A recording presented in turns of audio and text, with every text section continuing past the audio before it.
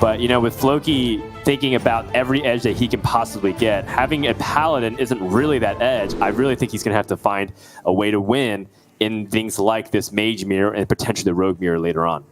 And this is a massive match for Floki, not just because it is a Masters Tour semi-final, but if he can pick this one up, I believe he goes into second place ahead of Frenetic in the standings and behind only Gabby. So the reason we made more of Gabby's matches yesterday was because that was when he got to go to #1 in the standings.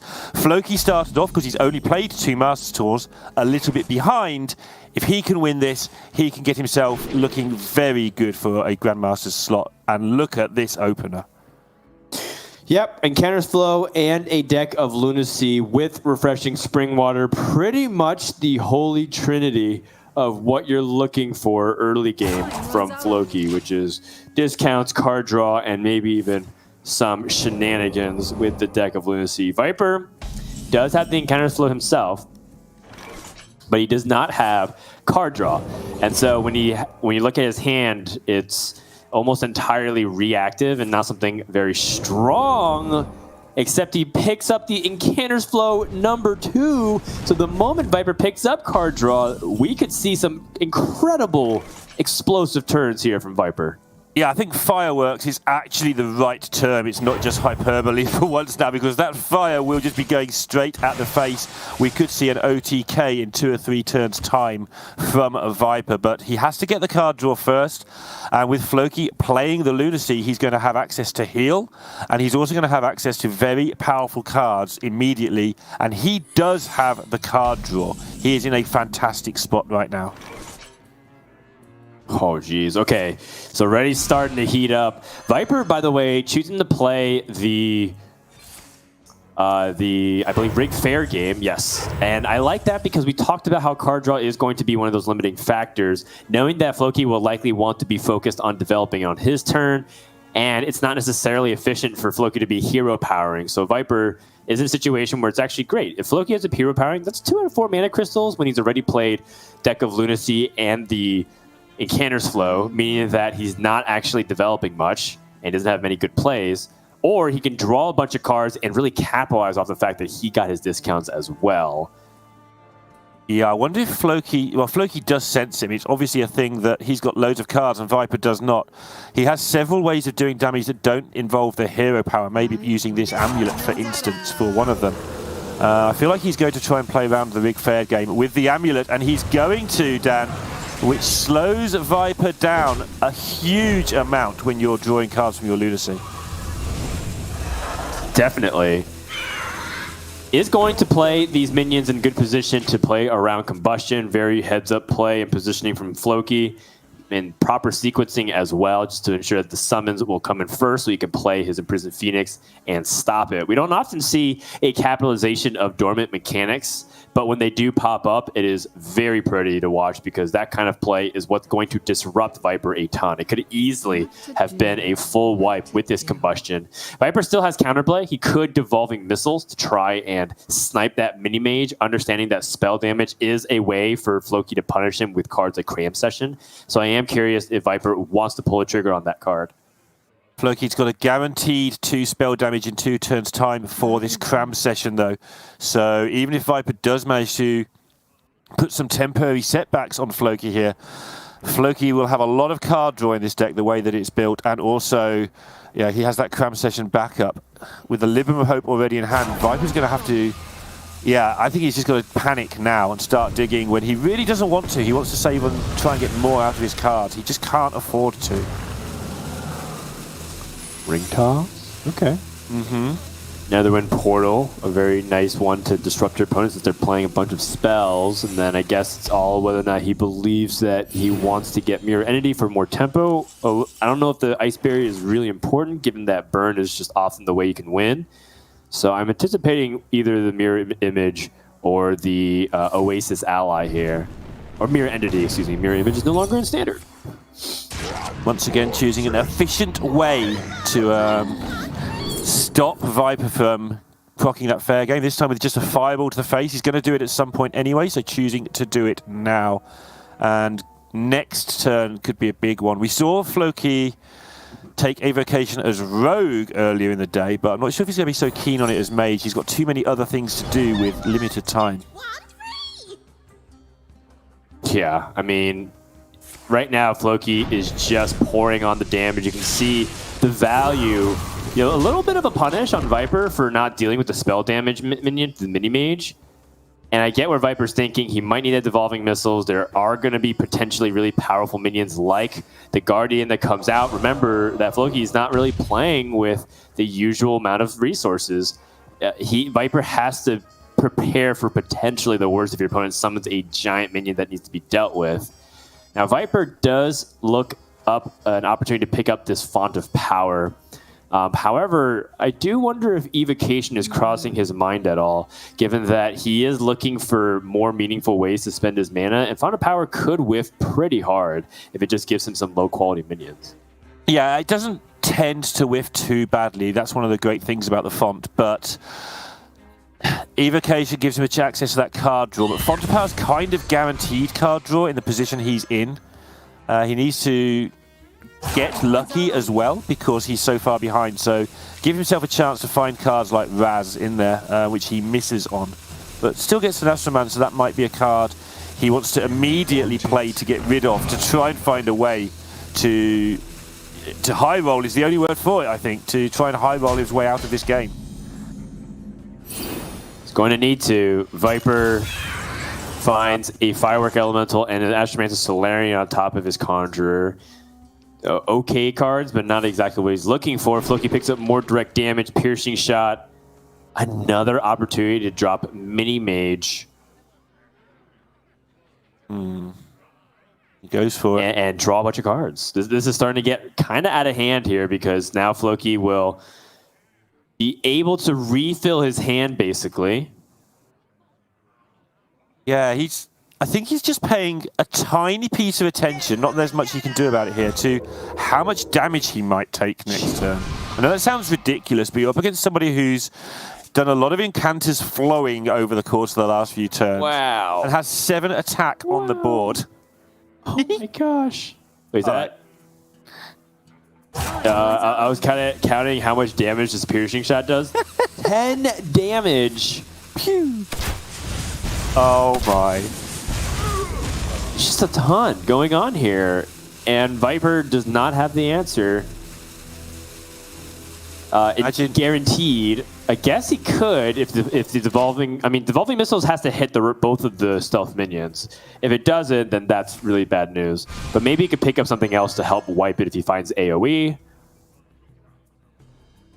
He's in a world of trouble. Have you noticed, by the way, how much more nervous Floki is now? Now he's getting close. At the start of the day, he was pretty happy-go-lucky, taking it in his stride, all those, comfortable cliches of happiness. But this game, he's a lot more nervous because it started to dawn on him. He might become a Grandmaster. He might win the tournament. Those two big events in his life are very close. So he's a lot more fidgety and nervous this time around. Yeah, I totally get it too.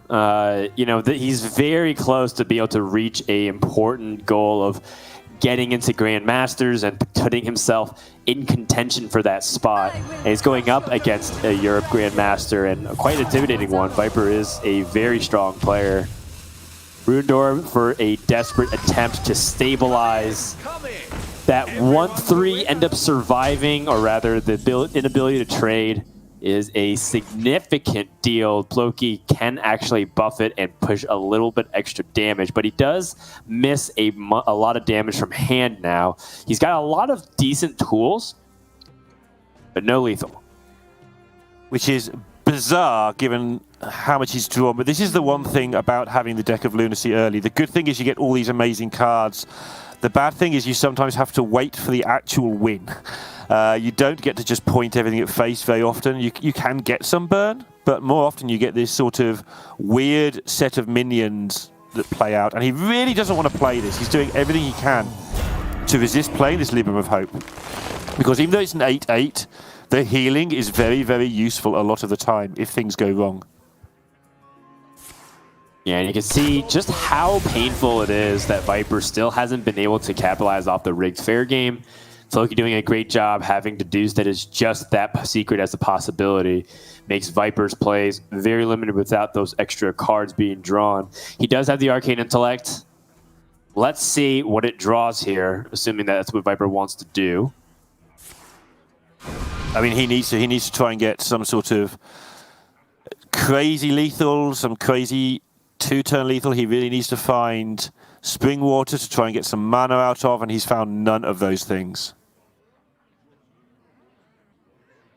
He could try to play Aegwynn and draw more cards and then Brain Freeze to stall out the Guardian.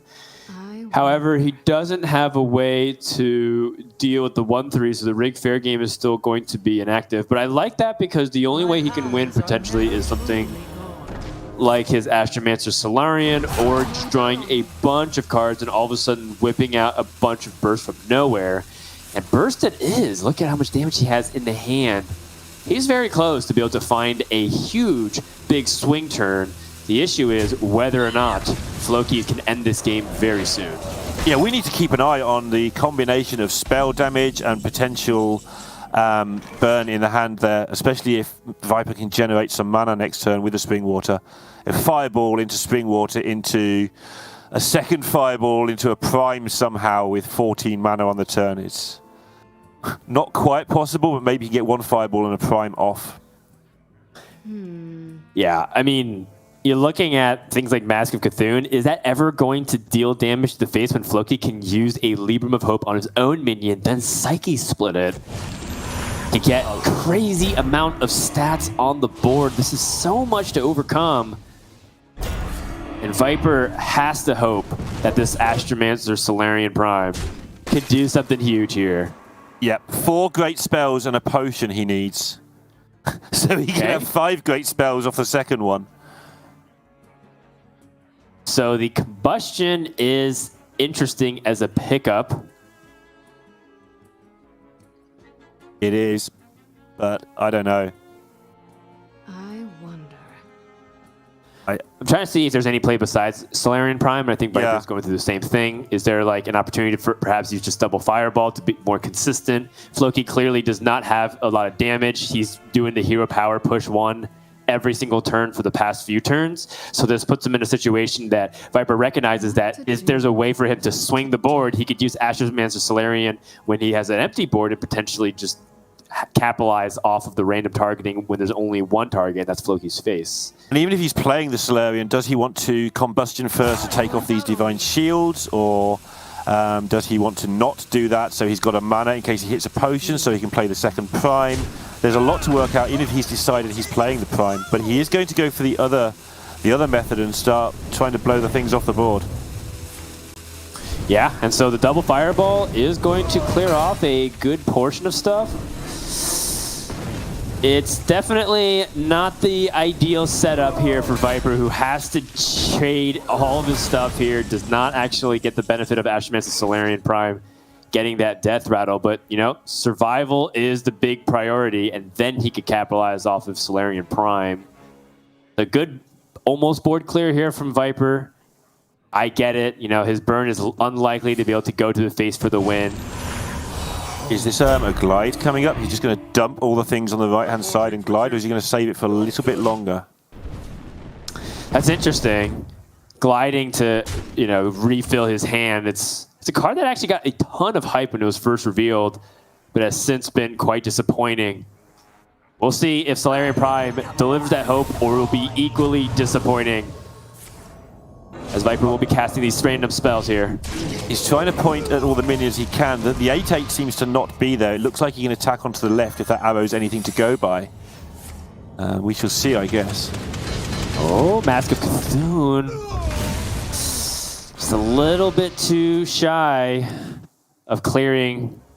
Needs another Brain Freeze. A Ruined Orb. A Ruined Orb actually helps him clear the Guardian, I believe. It's 4 damage.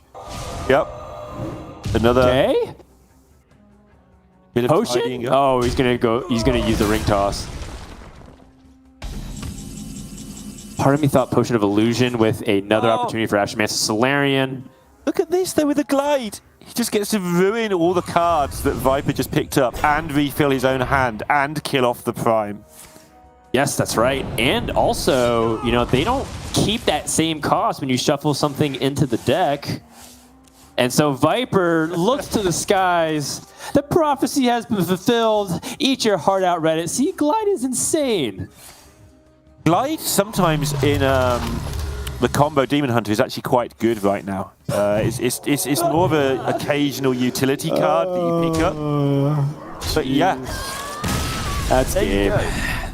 And Viper shakes his head, knows that it was going to be tough to win in general, but I mean, Deck of Lunacy Mage, when it gets a lot of time, it really just creates the win conditions because you're just doing unfair stuff. Every one of those cards, while they're randomly generated and they don't inherently have a lot of synergy together, can get there because you just naturally play more powerful spells and get that discount. And so the sheer value of a ton of these cards, combined with just proper situational use, spells of game 1 victory for Floki. And that's got to be annoying for Viper to deal with, because we said how the Spell Mage Mirror could end up being a big influential factor of who gets the significant edge, given that the lineups are pretty similar. Yep, Floki there with the 1 mana, 10 damage piercing shot, doing a lot of the damage, but all the way through this game, pretty much in control. Viper was often having to rely on more and more of his burn being used up. So even if he had sort of not lost there, he was already kind of out of gas going forwards. A lot of his stuff had just been used. And Floki was in a pretty safe position. And that's twice today we've seen Lunacy Mage play Lunacy on 4 and win the mirror. So I may have to eat some humble pie at some point, although I probably won't bother eating any humble pie. I'll just say that I said it all along. That's strictly optimal learning, so I'm behind that. I mean, Viper hung in there a lot longer than I thought he would. It just felt like there was going to be a little bit too much from Floki's side. He's spotted some pretty cool plays. When this stuff happens, it's just game over. And Floki was able to cruise to a victory, not even taking a single effective hit point, just because he had those Librams ready to go. He was actually overhealing on a lot of situations because there's just not enough health deficit for him to restore. But that's just game 1. Remember, this is best of 5, a single elimination. And we are going to go to game 2. Floki turning to the Miracle Rogue. This is the second time, but I won't be baited. It's not Miracle Priest. It worked on me a couple hours ago, production. Nice try. Yeah, they tried to get you into the net twice there, but we can see all of those field contacts there hanging out in the Tenwus, and yeah, we know this time. And the Rogue has been the weak link in basically everybody's lineup, if that makes sense. It's just the weaker deck, but it's not that weak. We have definitely seen it get enough done, and if it could pick up a win here, particularly if it's against the Mage, we don't know what it's against yet, then getting it out of the way would put him in a fantastic position to pick up the series, advance to that final. Well, the final, I mean, is really nice to have, but if you look at the conversation that many people are talking about, it really is a lot of times talking about Grandmasters. That's what the Masters Tour system is for, not only to give open players an opportunities, but to find out who will be joining us for that Pro League season. And, you know, with the Masters Tours giving us only a few of those chances, you really have to maximize that. It's exactly what Floki's done. Floki's only appeared in a couple of these Masters Tours and have done so well in both of them. Let's see if he can keep it up. Going to game number 2. Rogue has to go up against a Nick Flow opening once more from Viper, and we'll see if he can with that Cult Neophyte in hand. Yeah, he's got decisions to make here, because these are all cards you'd want. You can throw the Brain Feast pretty comfortably and just hope they don't keep the font, although Viper has got the font, as you can see. But the Neophyte's really good. The Jandis, we've already talked about. If you're coining out Neophyte to stop a turn 2 flow, the Jandis can be a bit slow. The Field Contact, obviously, if he's got nothing to go with, can be a bit slow. You've got to plan right now what you want to do. What are you doing the whole game will depend on how you keep this mulligan. And he may just go for the Neophyte because he's going to coin it out. And that's a better looking hand now. Yeah, I mean, The entire tournament this weekend has really put on a display on how to counter the mage, and is purely the timing and how you leverage cards like Cult Neophyte. You heard Derek Brown talk about it pretty extensively of what his thoughts are on the matchup. We were kind of talking about how Rogue going into the weekend felt pretty evenly matched versus Mage. And while the data does have a couple of outliers with Weapon Rogue, it does feel like when Miracle Rogue plays very well and draws around this kind of average hand with the Cult Neophyte, it ends up being in a very favorable position against Mage, assuming you can follow up that aggression. Yeah, he's actually choosing to curve. He's going to let Viper have the flow, which is a very, very difficult decision to make, but he's decided if the Viper does play flow, yeah, and the nod there from Floki, I mean, he kept 2. You can't be too surprised. Now he's just hoping the Neophyte's enough to curve out properly. Maybe he's going to do it a different way, but he can curve into Jandis by keeping this coin after picking up that Jandis that he did throw away. He didn't really want the Jandis, but now he's got Jandis. He wants to play it on 5. Yeah, that's great recognition from Floki. He saw that Viper, like you mentioned, kept a couple cards, and he knows that in this matchup, that 2 damage can make or break everything about his aggressive plan. And because of that, he's getting additional chip damage from this Guardian Arc Motion. That's 4 damage for 1 mana. This has paid off very handsomely, and Viper's not in the most comfortable position. Floki wisely positioning as well around the Combustion. Overall, as much as Viper had a pretty good start, this is a little bit uncomfortable for him. It is, although he's going to, as soon as the Dormant wears off the minion, he's going to get into a fairly good position. This thing will wipe out any rogue minions at 100 yards. It is dangerous. And so just being able to Combustion a 3/4, just get rid of the Mankrik might actually be quite good here. He would rather not commit anything to board this turn as a minion. He'd rather try and get some burn going because he's going to have control of the board anyway next turn. Wow. Hexus Blast and Evolving Missiles. Evolving Missiles not necessarily as insane in the situation that you would expect. Even though it's free, you're only going to reduce a little bit of damage onto the board after you Hexus Blast. But still, it might be valuable because clearly Floki is pushing every little bit of damage. So if he's trying to squeeze out 2 damage here, 2 damage there, then don't give him that extra 2 damage by letting these things survive onto the board. Oh gosh. 3 to the same target. Really wanted to reduce that Guardian Arc Merchant down by 1 power as well. Yeah, it was a hard decision to make because obviously the Imprisoned Observer is going to kill the things on the board, but like you were saying, Viper recognizing, hang on, Floki has chosen to keep the coin here. Why would you keep the coin? Well, Jandis is kind of just the only answer. There's some Kazaka situations. So Viper knows, like you were saying, that damage is huge, and therefore he's not going to allow it. He's going to try and force them to trade in. Yeah, from Floki's perspective, he has to continue to commit to holding this coin for Jandis. Gonna hold on to the prize plunder, recognizing that the Imprisoned Observer is going to wipe his board, and this is a very important moment for Viper. Now he can actually even take initiative onto the board preemptively before Jandis, which makes Jandis just that much weaker. Yes, Jandis, because of the nature of the illusions, is nowhere near as good if your opponent has the board presence. Because suddenly then you can just get it wrong when you ping one of them or whatever, you can trade into the other, and Jandis herself, if she's not Celestept, is just not very big. So yeah, great spot here for Viper. We saw what Mini Mage can do last game. I'm kind of contemplating that to help give Viper a lot of oomph. Things like Combustion, Cram Session, Rune Orb all get significantly better with Mini Mage. Can also put out that Wand Thief and Apexis Smuggler, start to really rack up that board presence. And because the Rogue favors tempo so much, when he has all these things onto the board preemptively, it's just going to make the trade so much easier. Viper has turned the corner officially and now is in the driver's seat unless Jandis from Floki's side can really help swing things. Unless Jandis. Many people have lost Hearthstone games by saying unless Jandis. Obviously, on average, you just get a couple of 4/5s or something like that, 5/5s. But just sometimes, You get the 7-8 taunt to get in the way of everything. Mage.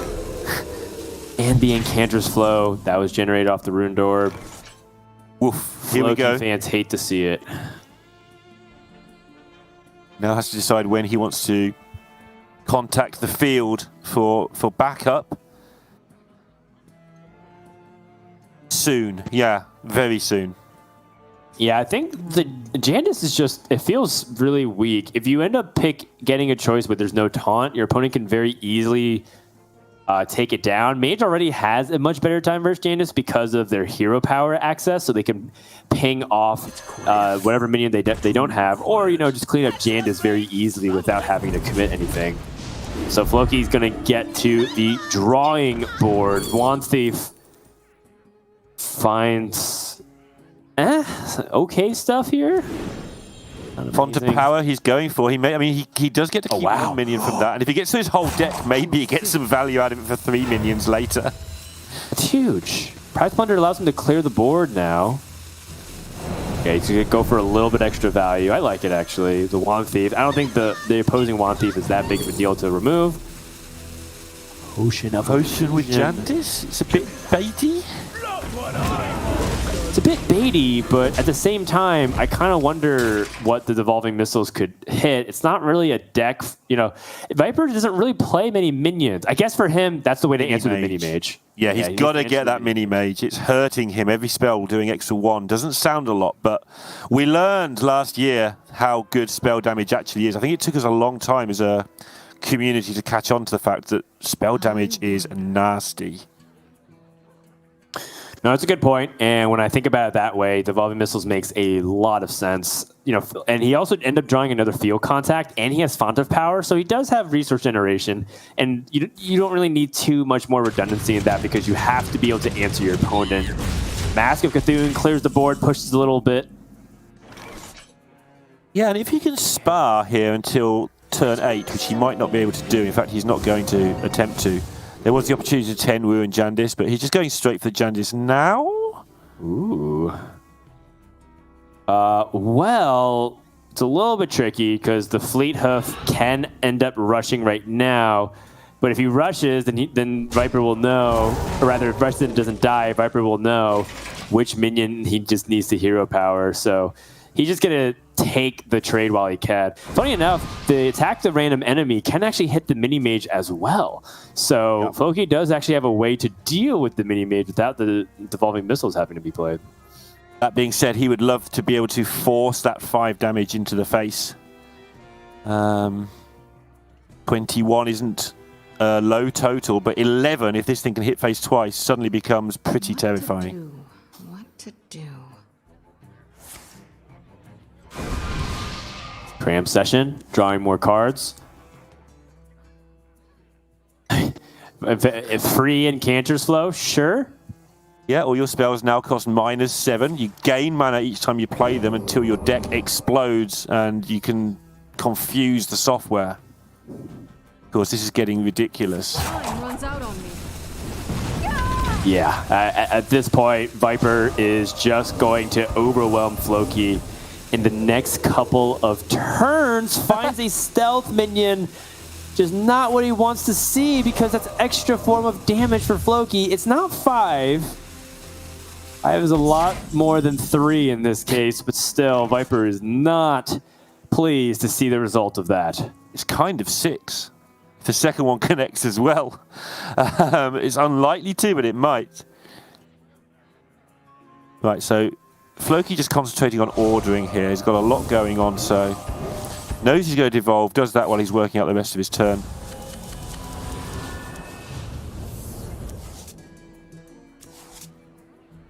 Okay, Kazakis comes to the hand. Wand Thief first. Yep. See what can be pulled from the mage class. Ha ha ha. Yeah. When against a spell-based deck, Netherwind Portal is pretty okay. Too far away from being able to take a 10. You don't take it very often, but you can sometimes. We'll be taking a 5, which is the most natural golem to make. Problem with making a copy is Flame Strike is a card that exists, so sometimes you'll find drawing 2 cards is more popular here. Yeah, keep up that hand economy. Floki is pretty close to being able to find a win condition through the burn plan. He's getting kind of close, but, you know, does end up missing things like his Alexstrasza. But the other pieces are there. The field contact, the efficient Octobot can help him draw a bunch of those cards. Speaking of drawing cards, Viper is flowing. Ruined Orb. Okay. All right, game. All right. You also talk to the game sometimes, do you, Dan, like the rest of us? It's just, all right, game, you win. It's true that I don't feel like I can summon a particular dev, you know? It's not like I'm not going to like blame Dean Ayala or like, you know, summon Chalky or board controller Cora. You know, I'm not gonna invoke their names in vain, but I do have to talk to somebody when I'm playing. I talk to Bob when it's Battlegrounds. I think that deck tech has now got the job of being invoked when things go wrong. That's right. Nicholas, what are you doing? Viper Combustion will clear off this entire board state with Massive Cthulhu, trying to piece together a burn plan. This is 9 damage going upstairs, rather downstairs from our POV here. Floki now down to 9 life. Has Viper just missed a lethal or done something ridiculous? I think... Oh, he could have Flame Striked maybe and then Fireball and Mask next turn for more damage. Is that a thing? I'm trying to work out what he's missing. It could be, but Mask needs to... His opponent's going to build up a board as well. Oh, he had a 0-mana Combustion in hand. Oh, yeah. Star. Okay, yeah. So he could have actually played it way more efficiently. Too busy memeing about Hearthstone devs. Apologies. So Floki now has to capitalize while he can. The good news is that there's nothing for this lifesteal to really bump into at the moment. So Viper can potentially find a way to still just get there anyways. But by doing so, messed up an opportunity to set up 2-turn lethal. And that's not what we want to see. Viper can be better than that here. And he knows it. And if he just draws another burn piece, it's not going to matter. But for now, if we look at the straight amount of damage in hand, Viper's off by 1, I believe. Because he has the Wildfire and the Fireball, but no additional spell damage. Floki throwing out the neophyte, like, he knows full well that it probably makes no difference, but... the neophyte a little bit overmatched with however many flows it is that have gone through Viper's hand this game.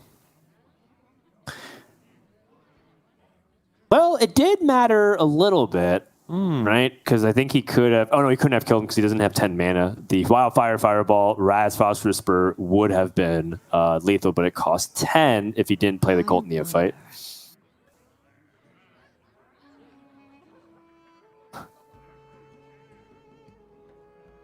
The most efficient way to clear here. Viper also knows that he has the damage next turn guaranteed, so he just has to avoid taking damage and potentially dying. He also has to avoid this lifesteal connecting, and there's a couple of ways to do it. He could just Flame Strike, you know, Hero Power, Combustion, any kind of combination of doing so.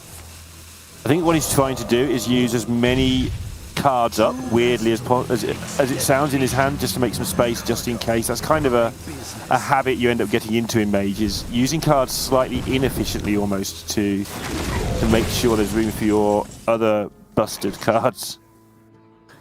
Yeah, I mean, he's good to go next turn with that Fireball in hand.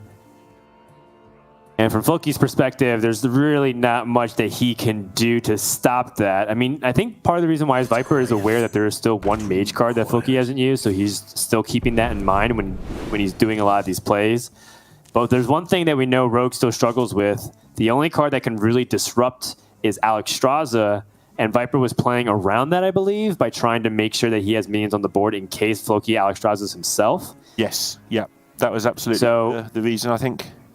So Viper is going to win this game because I don't think Floki can do anything from here with 4 mana remaining.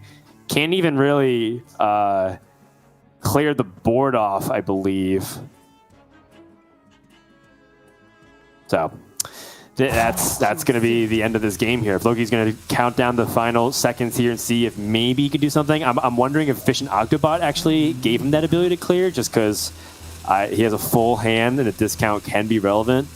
But it's just not going to be enough. And I think what Floki's going to do is just try and do his due diligence and see if Viper has actual lethal, and he very much does. Yeah, and he knows this as well. Viper has been playing in a way of, I'm going to burn you for a couple of turns now. And yeah, just a small little smile. There's 6 cards left in the deck for Viper. It's absolutely sure that he's got the damage. It goes to 1 each, and for the millionth time in the last couple of days, the mages are out of the way, and now we can get on to business. Yeah, I mean, we talked about at the beginning of the day. It's a conversation we're probably still going to have. Is Mage the best deck in the format? And despite the fact that people are trying to target Mage, it seems like everyone is still able to pull out a very consistent win rate above 50%. I mean, that tells you something. In tournament environments, people are concentrating on what to do to beat the best decks, teching their lineups to do so, and it still comes out with a positive 52, 53% win rate above the other classes. There might be something onto the belief that Mage is the best class right now. Yeah, I still will argue with you, and I enjoy arguing with you because it's fun. Because I think that the fact that Priest is getting banned so much means that Priest is the best class. But there is the argument that if your Priest doesn't get a play, it can't prove it's the best deck. So you've definitely got that on the side of the Mage. Either way, I think that people don't want to face either of these two decks, whether it's ladder or in tournaments. They're both very powerful decks, and both very hard to do anything about. The primary cards, whether it's the Elucia in Priest, whether it's just the burn that comes at you in Mage, very hard to stop no matter what you do. And now, all of a sudden, with the mages out of the way, we have Paladin and Rogue versus Warrior and Rogue. Viper going to bring out that Rush Warrior. It has been a very powerful class against these lineups in particular, because the matchup against Rogue has really been pulling that Warrior win rate. Warrior's actually been doing pretty badly against Mage in particular. It feels like Mage's biggest win rate spike has been against Priest and the Warrior. And so, Viper, with that cleared, can feel pretty confident moving forward. Yeah, he's got the double Tent Trasher in this build, which is a build that I personally think is good. I think if you're going to build a Rush deck, make your things have Rush. So Tent Trasher, which sometimes becomes quite cheap to play as well, I think is a super minion. But it will depend on what he's up against as to how this pans out, of course. Totally. I think that these higher quality minions are important, right? We're not playing the Anchorman anymore because it had Rush and Frenzy. I think that people gravitated towards the beginning, like, oh, it fits in this package very nicely and it draws me a card. But, recognizing like what you're trying to do would just try to cheat out stats relative to its cost. Tent Thrasher does exactly that. So I like that card a lot, and I can get behind it. And it's going to be important because we're going up against a Libram Paladin, which loves to stick minions on the board and repeatedly make their stats better through cheap Librams of Wisdom, and even have opportunities for big board swings through the other forms of the Librams, the Libram of Hope, the Libram of Justice. So with that in mind, it's actually been a little bit of time since I've seen Libram Paladin go up against the Rush Warrior, because on ladder myself, I feel like I haven't seen Libram Paladin in quite some time compared to the aggro and mid-range and Secret Paladins. So based off of that, how do you feel Secret Paladin Libram Paladin does relative to the other Paladin decks versus Warrior? I think it does. It's slightly slow. It struggles to remove things, and therefore it's a little tiny bit worse. But, and it's a big but, it's the animated broomsticks. There's 2 of them in this, which help you to have 2 turns where you can compete on an equal footing with the Warrior, but with better cards than the Warrior. But you only get to do it twice, and you've still got to draw the broomsticks. They're like your wild cards, your jokers in the pack, to try to equalize. And I think that will bring this down to very close to 50-50 personally.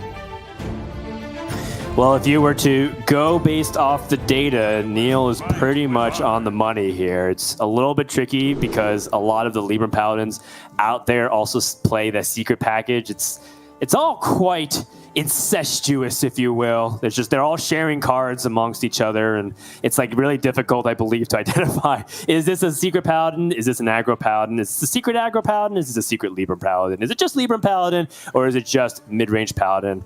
I don't know. I am going to post about it and complain anyways. Pretty much how the cycle goes. Don't like them, they're paladins. The Outdoor Truthseeker is the big card, though, in this. It's a 5-drop. It seems really slow, but it does so much work. 4/6, it's the right shape you want. Taunt slows your opponent down. And then, of course, the massive Libram reductions. Everything you want in a card, that's why you keep it, even though it's an expensive card. Oh, well, Intrepid Initiate to start things off with the second day of school. It's Groundhog's Day, apparently. Oh my. Paladins in the Skullomance Academy. Second. I swear, I did this already. And that is a really, really good school as well.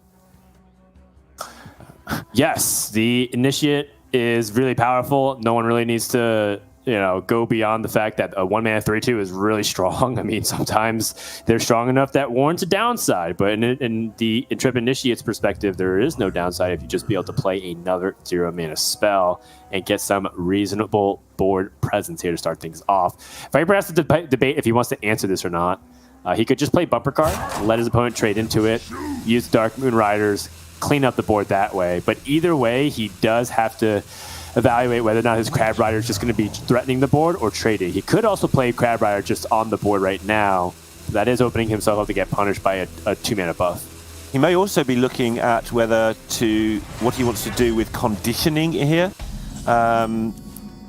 It's a very awkward card early in the game, but +1/+1, if you find a way to sneak it in early. It doesn't sound like a lot, but when your minions are all basically the same size as your opponents, obviously the +1/+1 means they win every fight. But now Floki's minions suddenly are out of sight and away. 5/4. Weapons for my master! Yeah, obviously Viper not happy to take 10 damage from the Intrepid Initiate, but the Bumper Card and the Fiery War Axe will be able to clean this up. And does pick up a Playmaker, so this is doable, right? Viper does have some pretty strong combos available with conditioning. This can be pretty nasty, but it's whether or not Floki gives him the breathing room to be able to do that, because when the Rush Warrior starts transitioning into big combo plays, they start to go through this phase where they have to very narrowly toe the line between letting the board build up and also, being greedy enough to go for these big tempo swings. And it's a little bit ambiguous from Floki's perspective, right? Like, he saw a Bumper Card being held, and that Viper was timing this to be able to respond to it. I wonder what's going through Floki's mind at this moment as he's approaching these critical turns. Yeah, he's thinking, how do I set up my 2 outdoors on turn 4 and 5? What's the worst that can happen? How do I make them survive just these 2 turns? And also he's thinking things like, where's all my Librams? I need them fast.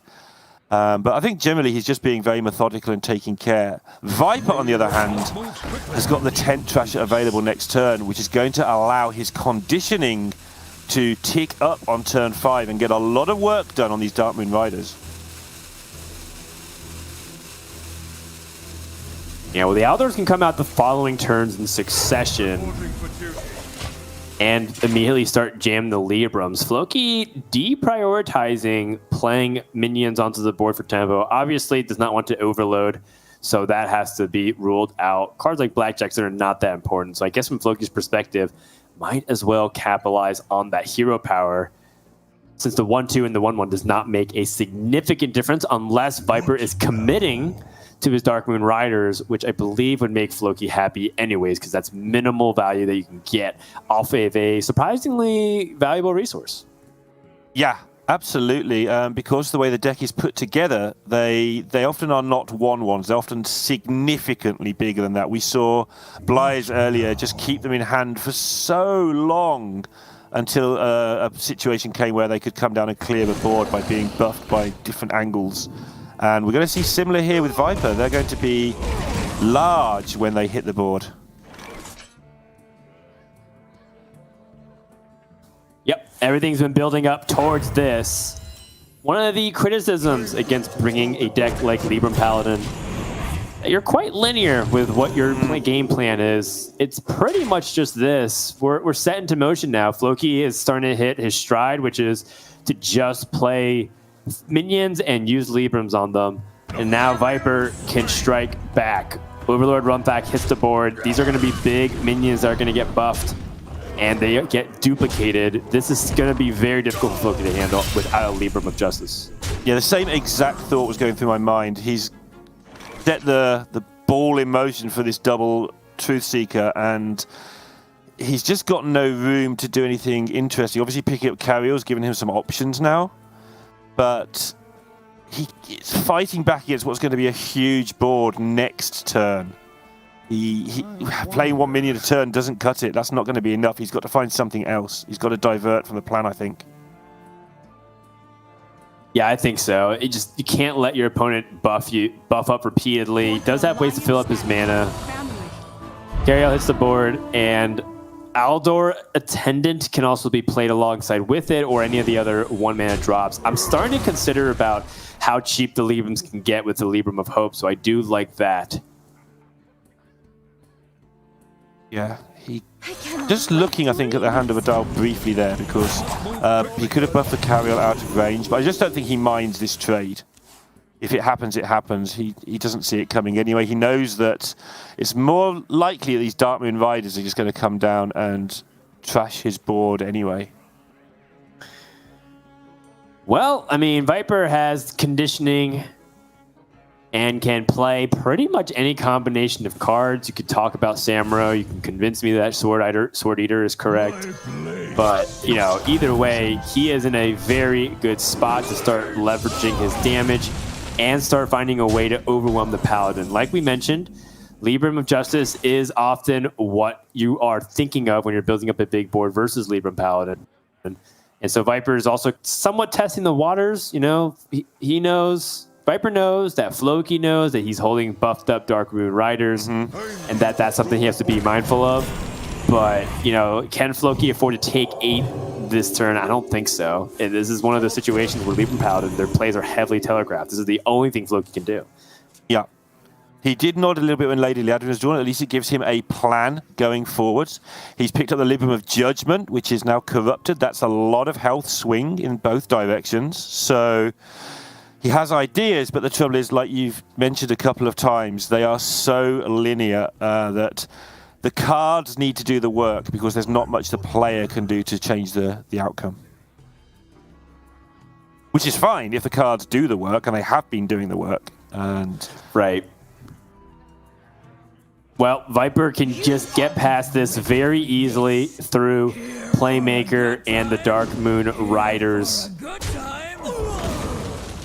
Doesn't actually have to commit the Crab Rider either if he wants to be safe versus that. Keep it for the reload and then really have a smooth curve. But also could just set up a 2-turn lethal this way. That's all viable here, and Floki is in trouble. Yeah, good luck with modern day Paladin dealing with this lot. No Consecration. There is a Barov in the deck, I believe.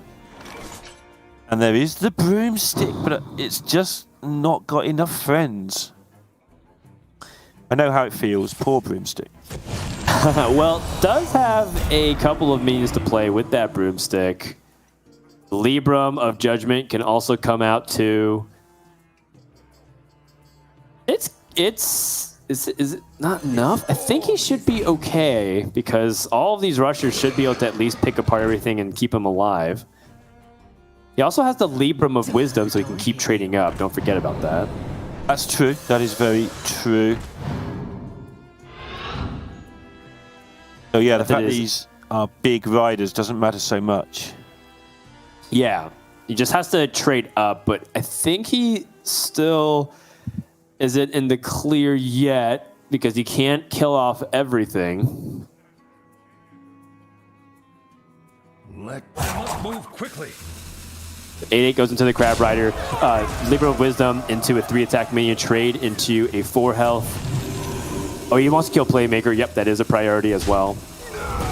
Yeah, that's the problem, right, against this deck. When it starts getting established, everything's a priority. You've got to kill them all. It's true, and then he can do the last Libram onto the taunt minion.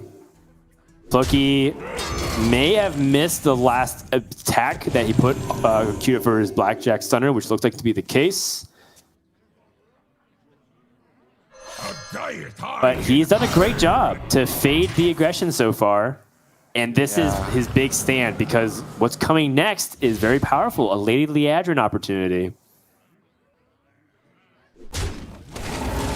Gonna need it. Wow, and stage dive. All right.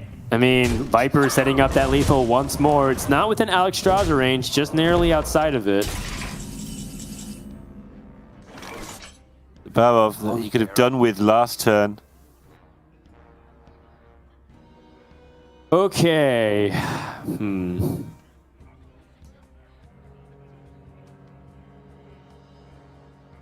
Yeah. Let me think. Pause. Just looking tough. Yeah, you play Lady Liadrin. You don't have a free Libram of Hope. You can't actually find a way to stop this damage. Libram of Judgment plus Lord Barov is your best bet, but I think he might just be dead on board if he does that. Oh, it's so close. It's very, very close. I wonder. Really is. He's trying to make it work. He's running out of time as well. I'm running out of time to make it work because I'm struggling to make it work. Harder for us because we can see the Alexstrasza. Yeah, he gives it up, and Viper, from out of nowhere, is 2-1 ahead. That's right. He's on the doorstep of another Grand Finals appearance in a major tournament. Looking good, playing well, for the most part. A couple of things he could tighten up that he knows. But the most important thing is that Viper just has to win one more game, and he is through to the Grand Finals to play against the bottom half of the bracket winner. All he has to do is win with this Rogue. And personally, I think that part of what makes Libram Paladin a little bit tricky to deal with is the fact that Rogue has a lot of game plan against Paladins that take their time building up just one with like the Librams. So we'll see if Floki can be able to survive in this series. But, the Rush Warrior just put on a clinic of why it's such a powerful deck. There's just no room to breathe from Floki's perspective. And if Floki had a little bit extra time, I mean, if he had a way to play Lady Liadrin and get that Libram of Hope back, Viper was out of gas at that point. Only had Alexstrasza. So it came down to the wire, which we've seen happen a lot of times. Yeah, it turns out that when you've got a deck that buffs minions quite efficiently and plays them versus another deck that buffs minions quite efficiently and plays them, it's going to be close. So there's a reason that a lot of the players in this top 16 are incredibly good players, because mistakes are actually punished more than people give it credit for in this format. A lot of people saying it's sort of, it's all about drawing your good cards. Well, there's some of that. I'm not going to deny it in some of the matchups, but also it's incredibly punishing in the close games where you miss a damage or you make a misplay. You can get punished, and over time you do get punished, and that's why we see this tremendous top 8, top 16. Yeah, and we will see if Floki can turn it around. Again, there's not much data out there on what Libram Paladin does, but if you were to extrapolate a little bit off of the Secret Libram Paladin versus just Secret Paladin, it does seem that this is a slightly better version against the Miracle Rogue than the traditional lists, especially if they're not playing Secret Rogue themselves and have access to Blackjack Stunner to really punish things like Libram stacking. And we do anticipate that to potentially be a factor moving forward, especially if there's nerfs coming through. But Viper's going to be turning to this deck. That's all that's standing between him and the Grand Finals is exiting with this Rogue. And it's a very solid list so far. There's nothing really to complain about whatsoever. It does have that one Penflinger, which I think happens to be pretty solid against Paladin as well. So it's a good inclusion from Viper's end. It's good to see Viper doing well again. After he came second in the World Championships, we saw him in a few Masters Tours, and he was doing very well. And then he seemed to take sort of a few months, not off the game completely. He's never stopped playing Hearthstone, but a few months where he took it a bit easier, which is, in a 6 or 7 year career, there's nothing wrong with having some downtime to recharge. And this season, he's already got a second place in one of the Grandmasters weeks, and he's in the top 4 here going well. Do you feel Viper's a bit more recharged, a bit more into it again now? Possibly. I think the off-season was a really interesting one. A lot of the Hearthstone players were thinking about how the new core set would work. A lot of them were highly motivated just based off of the crazy amount of rotating cards. Some people were just reinvigorated by the fact that Classic came out and felt like they got in touch with their roots a little bit. All these Grandmasters are motivated for different reasons. It seems like Viper is coming back refreshed and looking dapper as usual. So with that, let's go ahead and check in on how these opening mulligans look. Floki already has the card draw with the Efficient Octobot. I mean, we've already talked about it a handful of times with Mage, and it very much applies to Rogue. This is what you need to do in order to get things rolling. From Viper's perspective, what is going to be kept on his side to win this Rogue mirror? Does he keep any of these cards? I don't like any of them. I can see arguments for keeping field contact if you want to play safe, but playing safe isn't really a word that makes sense. You know, the play with the highest win rate is the safest play, no matter what. But if you feel like you had a chance of going off, so yeah, he's thrown it all away to no surprise, and he has got the reward of Foxy Fraud and Vanessa Van Cleef in his opening hand now.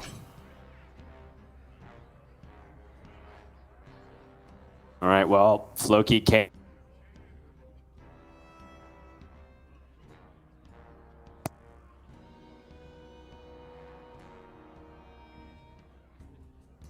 I wonder. Apologies, can you hear me? Hello? Yeah, I can hear you. I was just checking. Sorry, I think Yeah. internet had a little hiccup. Okay. Yeah. All right, apologies. Remote casting, so fun.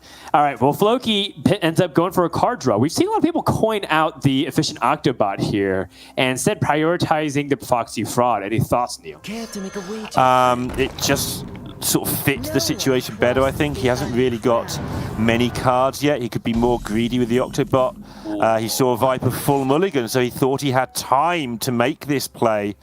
But yeah, he gets the bad news for him that he doesn't have the time at all. He needs to get on with it, or he's going to start taking a beating. Yeah, and Floki just saw the Vanessa Van Cleef. We talked about how Vanessa Van Cleef, one of these cards that really helps tie a lot of the hands together, and you can see why. Being able to get the one thing that Viper really needed, which was card draw, and get a copy of Swindle. And so that was definitely something for Floki to consider. Anything that he did, whether it's coin, Efficient Octobot, or going for the Foxy Fraud, would have led to a situation where Vanessa Van Cleef gained tempo for Viper and also some resources. Very nice. Yeah, if your opponent's going to mulligan fully into Foxy and Vanessa, all you can do is roll your eyes and post on Twitter, I think. It's just a thing that happens sometimes, and it's why these players do better than a lot of other players. They're the ones who are able to take those knockbacks and just get on with it and play the next game as if nothing happened. Yeah, totally true. And from Viper's perspective, he's going to have to... I mean, he did struggle a little bit in game number 1, but he's done a great job to bring it back in games 2 and 3. The struggle was mainly against the deck, not from any technical play perspective. It seems like, for the most part, everything's been pretty solid. From Floki's end, he did get the discount, but he needs to figure out what he's doing in terms of the rest of this turn. Okay, Shadow Step. He's going to, aim to use the Prize Plunder this turn? Yeah, he's going to set up Jandis for turn 4, I think. That's his full plan here. On top of, getting some tempo now, as you pointed out earlier, you can't play Jandis successfully without having the board.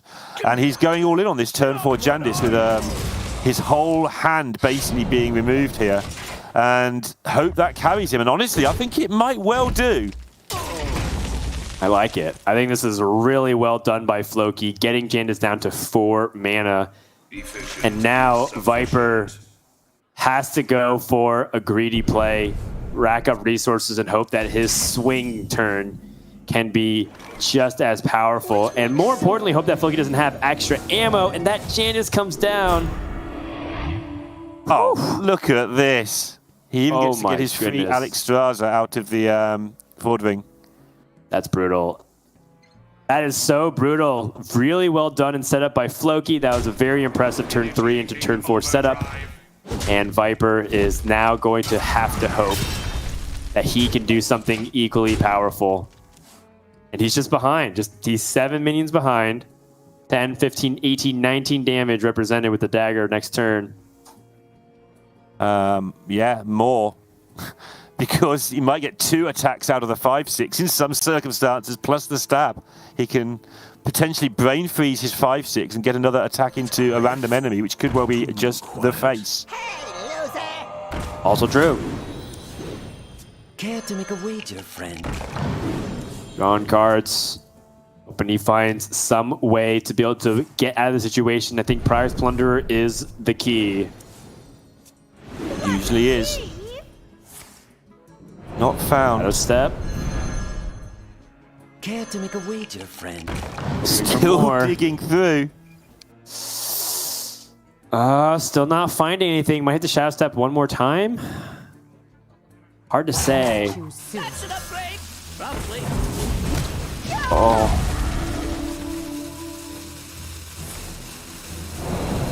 It's turn 4 on Floki's side, Dan. Look at this board. It's nonsense. I love it. Yeah, it's so much power, and you can see how desperate he is. Brain freeze. Try and stabilize. Well done by Viper, but man, is that pretty underwhelming relative to what Floki could have been doing. And Viper has a ton of resources. He's very far ahead in the card count. But what he's not going to be ahead in is the life total. And Floki has a way to really make this hurt with that brain freeze.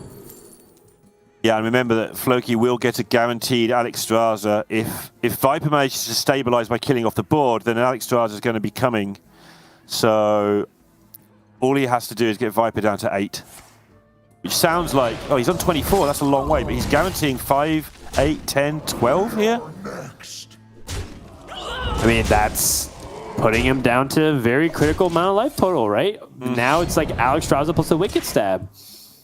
But that's still several turns away. Efficient Octobots have been used. Viper knows that he has time.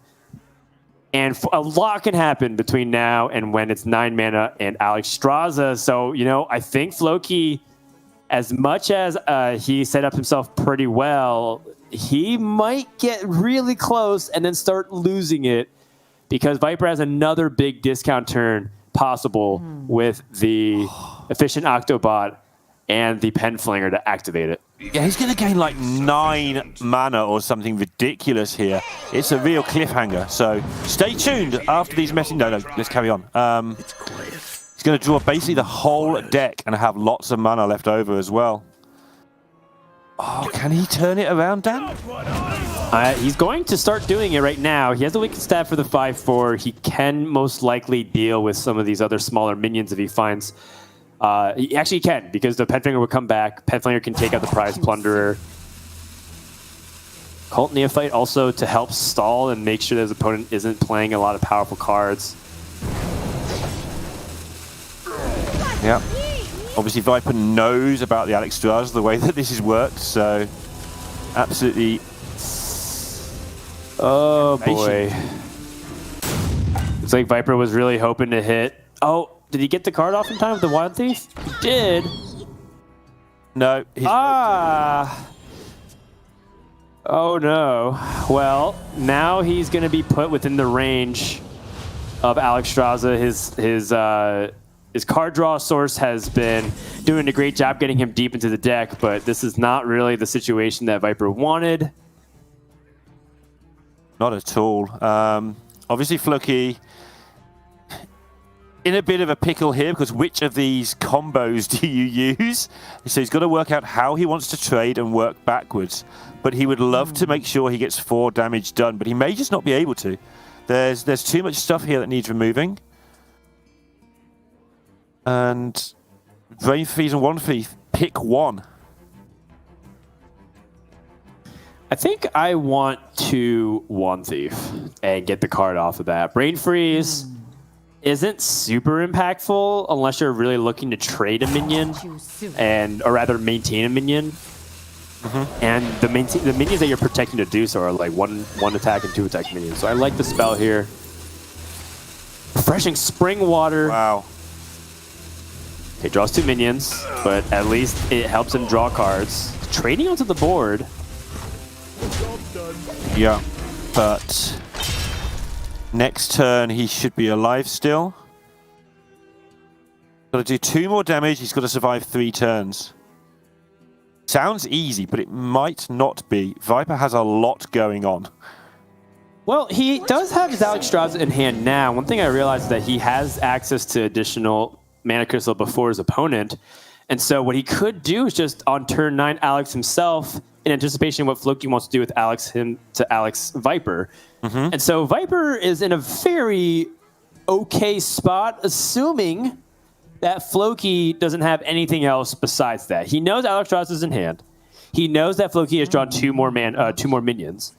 So if he can continue to set up a situation that's going to be hard for Floki to answer the board state, Viper could do this. It's winnable.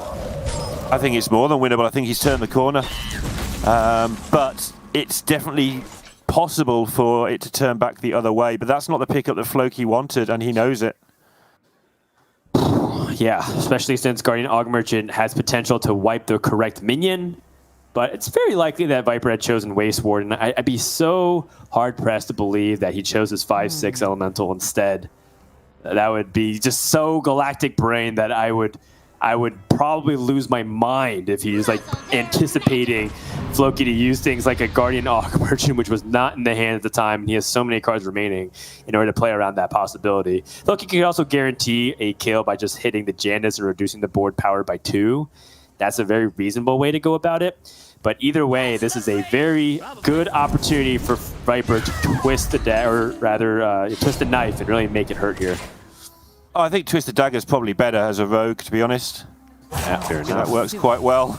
But yeah, Floki out of resources, but the two things he still has going is Viper on 10 and Alexstrasza in hand. But Viper is about to have a monster of a turn that changes the whole course of this game. We've seen it coming, so we've known it's been changed for a while. Obviously, we can see the hands, but Floki's going to get the really bad news that Viper has basically everything he fears.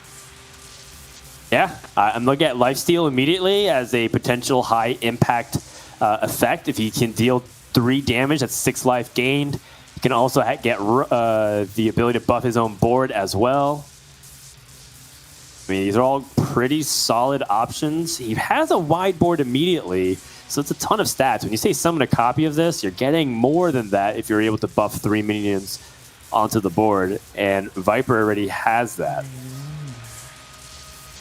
But Grom's Blood's also pretty solid to summon 2 of whatever minions he ends up picking.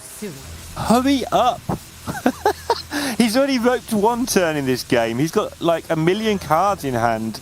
I realise you've got to make important decisions in a hurry here, but pushing his luck on the timer every time. I mean, Viper is known as a very slow, methodical player, but it's led to him to be able to set this up very nicely. The summon copy with Rush also sets up a 2-turn lethal. Floki has an opportunity with this secret passage. Now the question is if he wants to play Proxy Fraud before it, because he will discount his next combo card. Care to make a wager, I think friend? you might as well. You don't lose much. Most of the time it costs you 0 to play this. You might as well have some board presence. You may well need a minion. If everything here goes perfectly for you, you might need a minion at the end of this entire turn anyway. Oh, if you Wicked Stab face and Viper doesn't have Alexstrasza, can you survive? No. I mean, that is the question, right? Can he find a way to set up this 2-turn lethal? But the thing is that Viper does know that possibility exists. And not to mention, is there an opportunity for Floki to die, right? He knows that some cards are discounted in the hand. I don't think he can afford to make that calculation at all. If Viper has lethal, he has lethal. But more importantly, this is his only out. Play to the Alexstrasza in hand. Viper is ready for it. Yeah, because he had the re-dagger, then it wasn't relevant anyway. He managed to get the desired health total, but he knows this is coming. Viper's only got 5 cards left. And this is the bad news for Floki. And no hope remaining because Floki now is threatened with his Alexstrasza. Has to actually Alexstrasza's opponent's Alexstrasza in order to survive. And Viper now is in the driver's seat.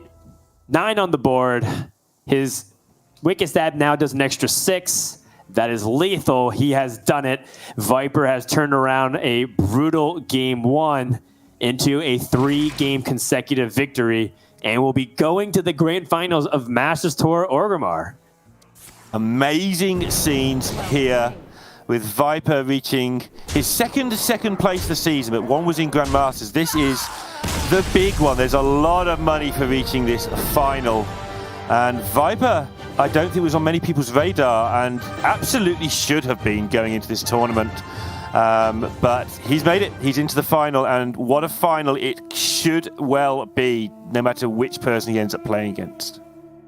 Yeah, and you know, Viper even was talking about how he's a little bit nervous going into today. You can see how it's kind of intense for him, right? Deep breaths. You can see how he's like taking all these outcomes. It's a little bit sometimes difficult to digest. But when you have this much pressure coming out from turn 4, what composure, what a way to play to your series of outs. Understanding that, hey, I could end up just using a lot of these cards to try and pick apart the board, but what's really important is that I also capitalize off of my mana discounts. Great recognition, some tough corners, a lot of easy ways to mess up, right? Like when it looks, it might look like on the surface if you just kind of tune into the match and say, oh, Viper just got really lucky he didn't die and Floki just ran out of gas. But that was exactly the only way that I feel like he could have won when his opponent has 7 minions on the board, including